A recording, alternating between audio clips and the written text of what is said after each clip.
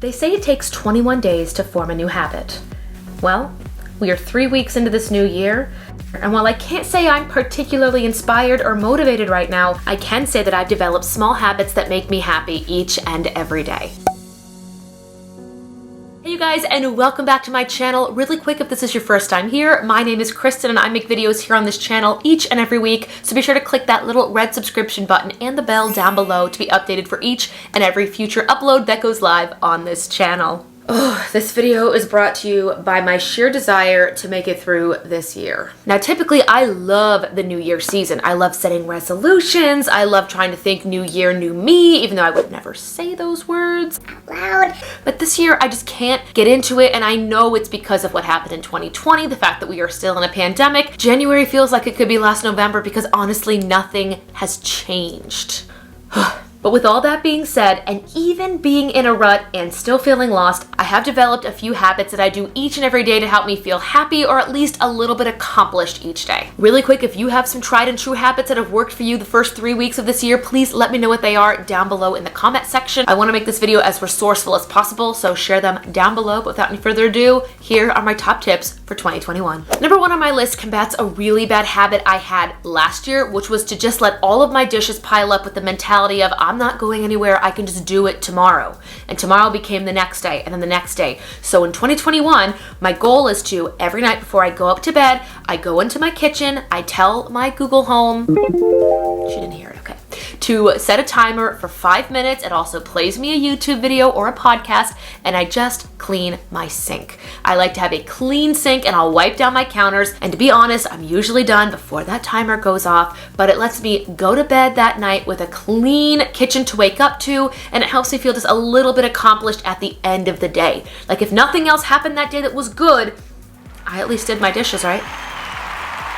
Number 2 is that I prioritize my skincare time. And if you've been on this channel before, you know I take my skincare routine very, very seriously, but I do put my phone on Do Not Disturb. I will close my bathroom door. I'll have my phone play some spa music. I will cleanse my face, put on my moisturizers, creams, whatever it is, brush my teeth, take out my contacts, do whatever. Just take my time to unwind at the end of the day. Nothing else matters for that 10-minute period of time, and then I can go to bed without worrying about what I saw on the news, what's gonna happen tomorrow, and essentially just set myself up to get a good night's rest. Now, number 3 might be a marriage saver. I'm being really serious. And it is to write our weekly meals down on this dry erase magnet that's on our refrigerator. I will link this down below in the description box, but you guys, this is amazing. I just take a little dry erase marker. All the days of the week are labeled. I do my grocery shopping. I come home and then I write down every day what we are going to have for dinner.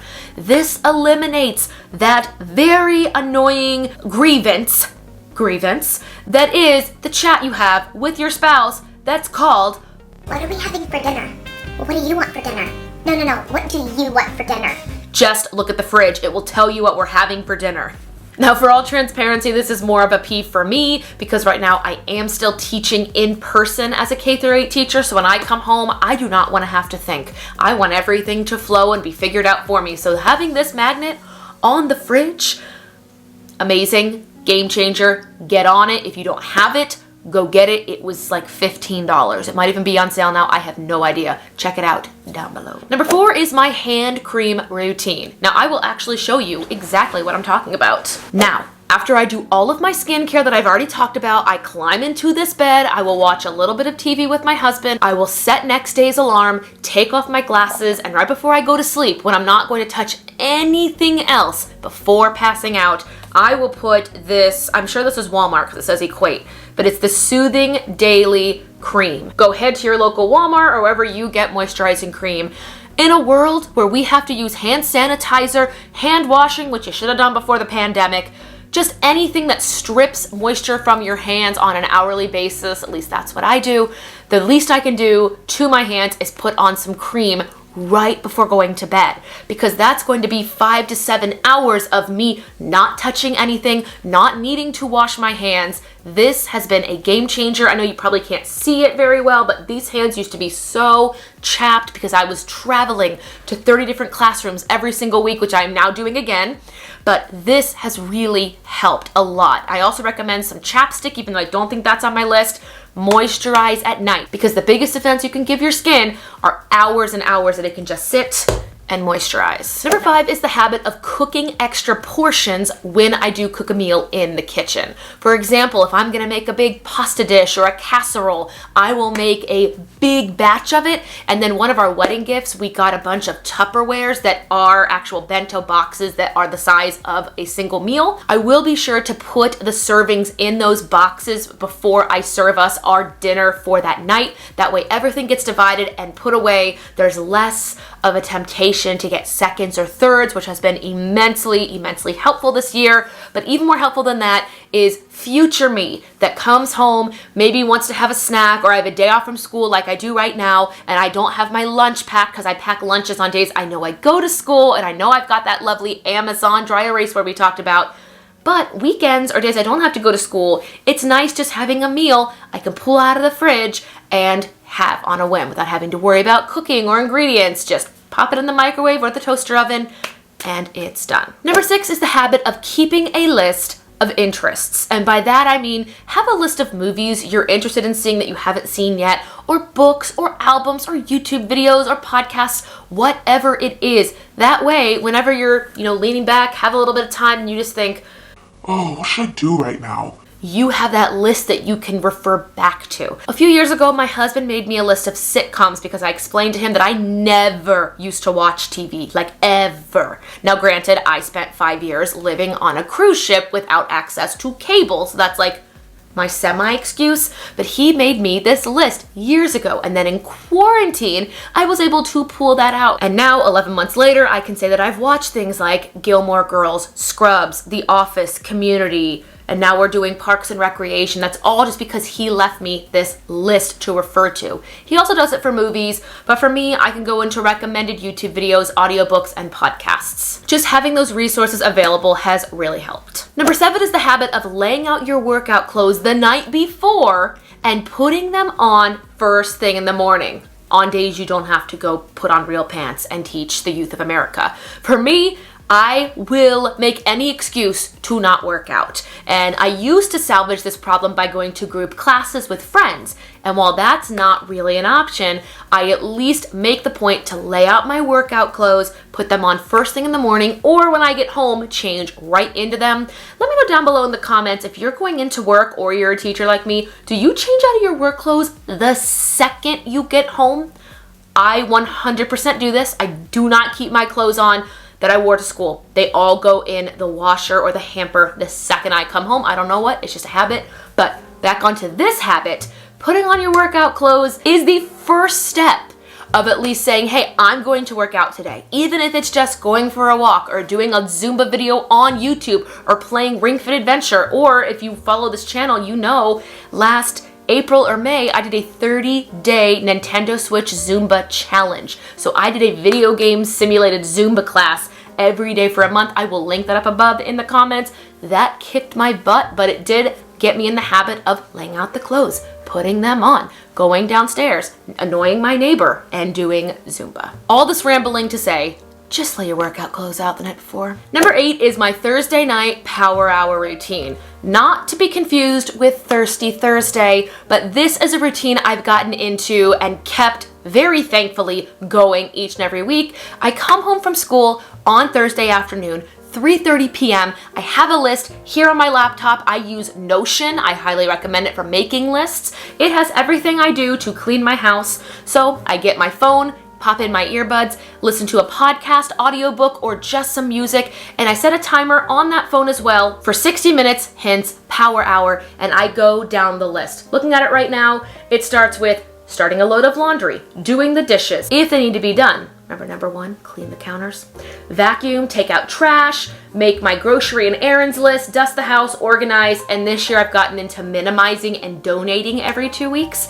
Now, if I don't get all of this done in a 60-minute period of time, I will kind of weed out what's important and needs to be done, and if it's not on that list, it gets put on hold until next Thursday.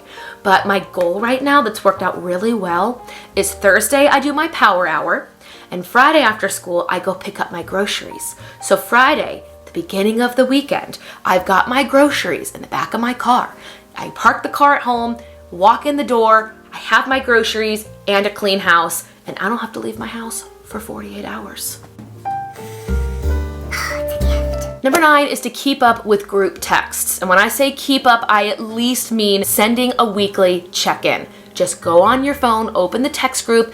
Hey, you guys, just checking in. How's everybody's week going? You know, do you guys want to play Jackbox games on our phone? Do you want to have a Zoom update? Just let me know if there's anything I can do to help. I know it's a new year, and I know a lot of people thought they'd wake up on January 1st and the whole world be back to normal. I knew that wasn't going to be the case, but I also didn't realize how hard it would hit me, like I said before, to wake up in January and have it still feel like it's November. Like nothing has changed. And it's really hard to be optimistic when nothing has changed. And I know why nothing has changed. I know it's going to take more time. It's just difficult when it's the new year, new me, resolutions, change your life, change the world is happening now. And again, I still feel like it's 2 months ago, but check in with your friends and your family. Make sure that they're doing okay. Like just that one text a week might be what gets them out of a slump or a rut themselves. Water break. But Will, if you're watching this, thank you for your weekly check-ins. And number 10 on my list is to save $20 a week for future travel. Now I do this on my PayPal app. I know I've mentioned this before, but on PayPal they have this option to have a goals section, which are just essentially little savings accounts that earn 0 interest, but you can move over $5, $10, $20, $25 into those accounts each and every week so that you have money that you can spend in the future. So for me, I've done this for the hardwood floors we've put in. I put aside a couple $100s a week to buy my car last year. So PayPal Goals has been really great.